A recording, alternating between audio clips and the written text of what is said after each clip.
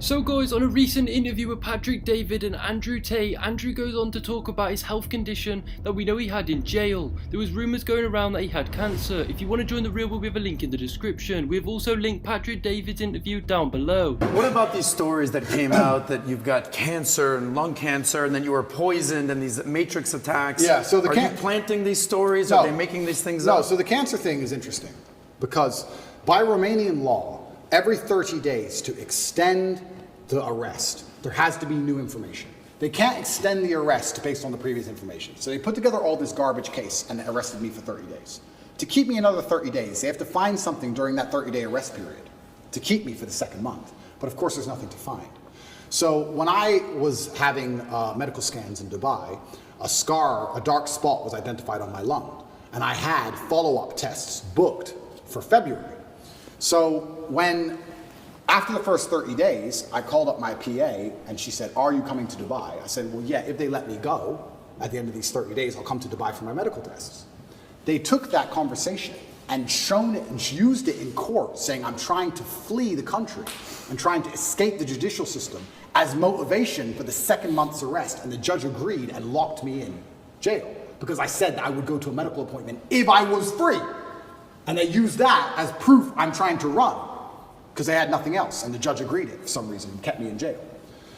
Then everything in Romania leaks. So it leaked that I had this medical thing in Dubai, I had a problem with my lungs, and then there's a hospital here, and I decided to go to the hospital here and have it looked at, because although I was not concerned, I thought, you know what, although it's difficult to do procedures in jail, I have time for once in my life. So I decided to go to the hospital here in Romania, and Romania does have some private healthcare, which is actually very high quality. It's not as poor as people think it is. And I went to a private hospital, and I knew it wasn't cancer. I knew it wasn't. I sat down with the doctor and said, "We're really concerned about this dark spot in your lung." I said, "It's not cancer." He said, "How do you know?" I said, "That's just not my life path. It's not my story." You told him that? Yeah.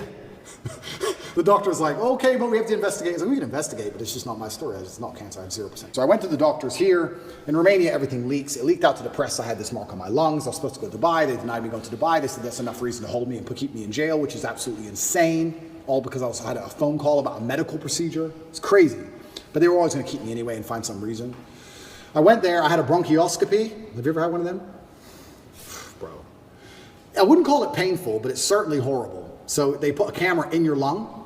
So it's down your throat, but it's in your lung. It's not down your throat, it's into the airway.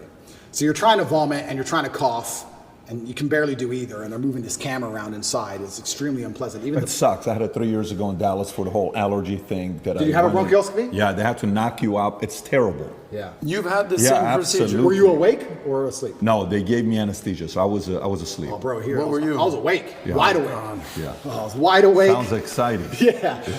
They gave me this, they tried to numb your throat a bit, and then they gave it to me. And the doctors all around me. It's kind of interesting because when something is in your mouth and you're choking, you want to grab it, right? So you're on a chair and you're like tied to the chair, so you can't move your hands.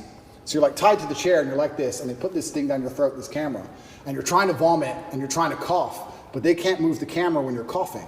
So even the armed guard who took me, the police officer, the guy, he was in the corner of the room, and even I could see on his face, he was like, "Fucking hell." And I don't even want to reenact it because it's probably so horrible to look at, but you're just like you're trying to vomit, you're trying to cough, your face is bright red, you can't breathe, and they're like, "Stop coughing, stop coughing, stop coughing," and you have to try and stop coughing for like 2 seconds so they can adjust the camera a bit. It's the worst 20 minutes of my life. It was horrible.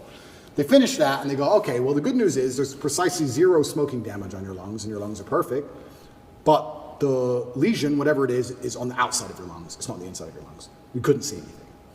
So I completed that procedure, went back to jail. That was a nice evening. Horrible. Anyone who has a bronchioscopy, yeah, go to sleep. Don't stay awake. Horrible. Then they said we have to find it. We have to get a biopsy from the outside of your lungs. So we have to put a needle through your back, a needle like this long, through your back, through your rib cage, to your lung, a CT guided biopsy it's called, and take a piece of it and then pull the needle back out and then do a biopsy on the piece. Now, they're like, "This is an operation. Do you want to have it while you're in jail?" Because the bronchioscopy wasn't much to recover from. I had a really sore throat, whatever. But this is an operation. Do you want to have it while you're in jail? And I was like, well, why not? I'm in jail. I have time. I can't recover, but I have time. So I went for my CT guided biopsy. They put you on your front. They show you the needle. It's like this long. And then they stick it in you, and then they scan you with the biopsy, and they try and see where the mark is, and they adjust the needle, and they scan it. It's like 30 minutes of them shoving this needle in you, trying to get to the right point. And eventually they did the biopsy, and they said, yeah, it's benign. It's some lesion I might have had from when I had pneumonia when I was a kid or something. It's benign. And as I told you, I knew that cancer wasn't my life path. I knew it wasn't. But obviously rumors spread like wildfire. Wildfire. Everybody in the States. Especially because I smoke. Tate's got cancer. Especially because I smoke all the time. Right. But it was actually very refreshing to hear. I have zero smoking damage in my life.